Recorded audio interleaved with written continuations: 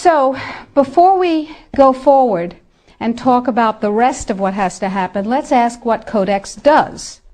You probably all know about the vitamin and mineral guideline that was ratified on July 4th.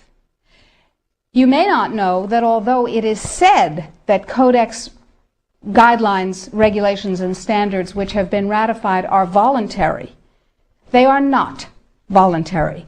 That is known as a lie. They are mandatory, but they are not fully mandatory until December 31st, 2009. They're sort of kind of a little bit mandatory now, and they're totally mandatory then. Okay, so what does Codex do? Why do I care enough about Codex to close my practice and stop treating patients who came to me from around the world to help them regain their health and be radiantly well with non-toxic means, which is a very satisfying thing to do. I love it. And it also provided me with an income. That was nice. Why am I concerned enough? Okay, let's talk about the vitamin and mineral guideline first.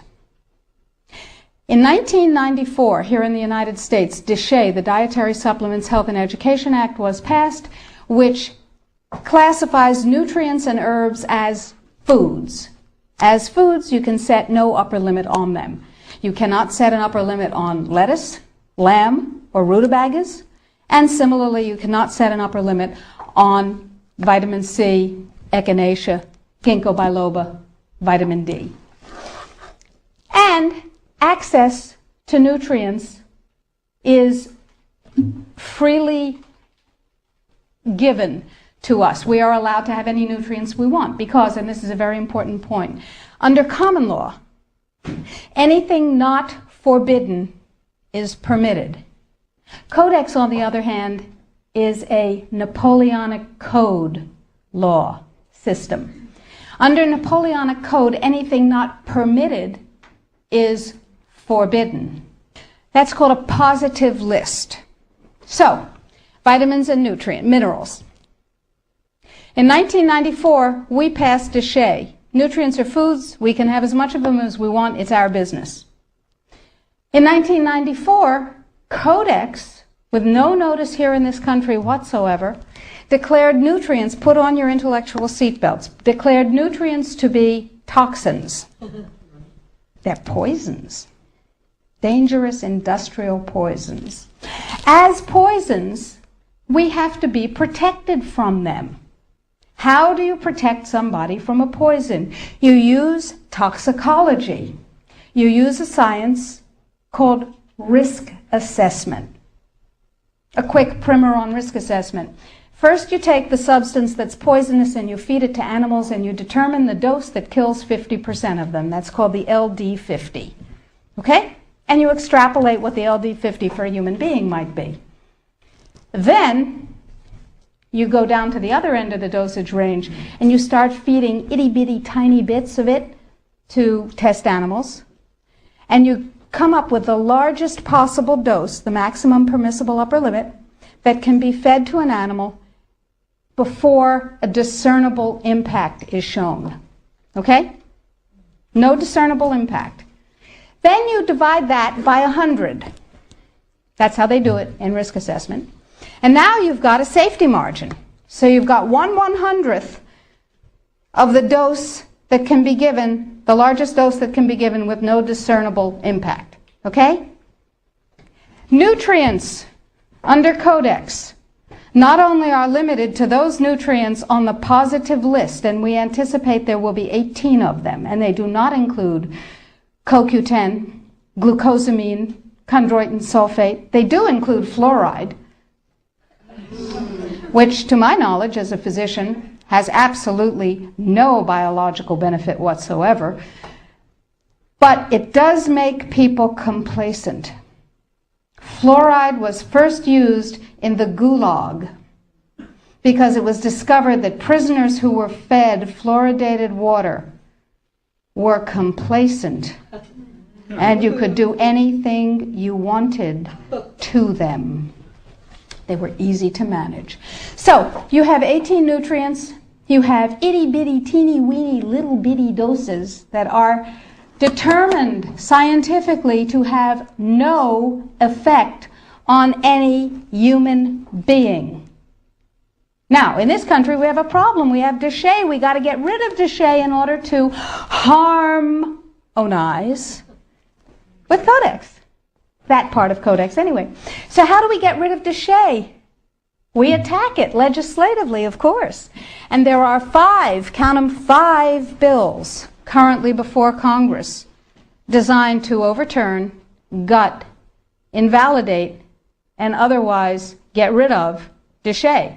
Because once déchet is gone, we can harmonize with the vitamin and mineral guideline. So what we're talking about is waking up one morning and being very surprised to find that high-potency, therapeutically effective, clinically significant nutrients are now illegal in the way that heroin is illegal. Not available with a prescription, illegal. If these nutrients have any impact on the human body, they are illegal. That's just the vitamin and mineral guideline. Let's talk about milk. We have recombinant bovine growth hormone, and now we can choose milk with it or milk without it, butter with it, butter without it, right? Not under Codex, because under Codex, every dairy cow on the planet must be treated with Monsanto's recombinant bovine growth hormone.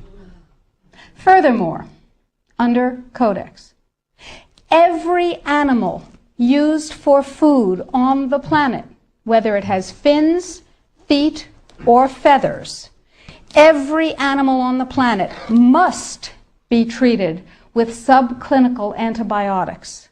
Must be treated with subclinical antibiotics and must be treated with exogenous growth hormones. Codex requires, mandates that all food be irradiated unless it's eaten locally and raw.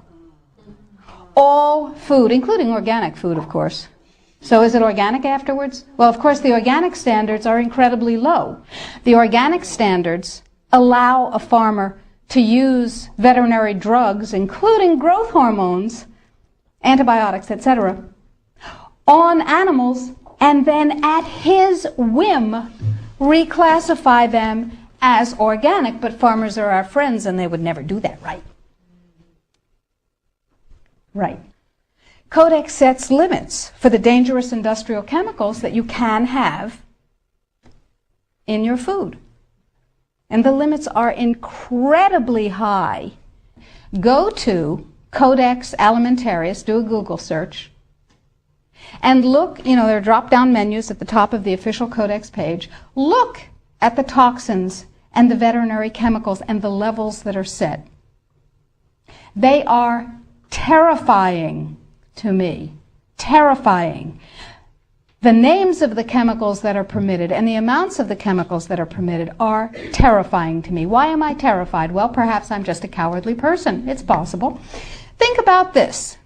In 2001, 176 countries, including the United States, got together and they said there are 12 really bad organic chemicals. They're called POPs, persistent organic pollutants. There are a lot of them, but there are 12 that are so bad that nobody could disagree that those 12 POPs had to be banned worldwide. 9 of the 12 worst organic chemicals known are pesticides, not surprisingly, because they kill things. And, of course, we have many processes and enzyme systems that are very much like insects and other pests, so they're not too good for us. But Codex has different ideas. Codex has brought back 7 of the 9 forbidden POPs that 176 countries banned worldwide.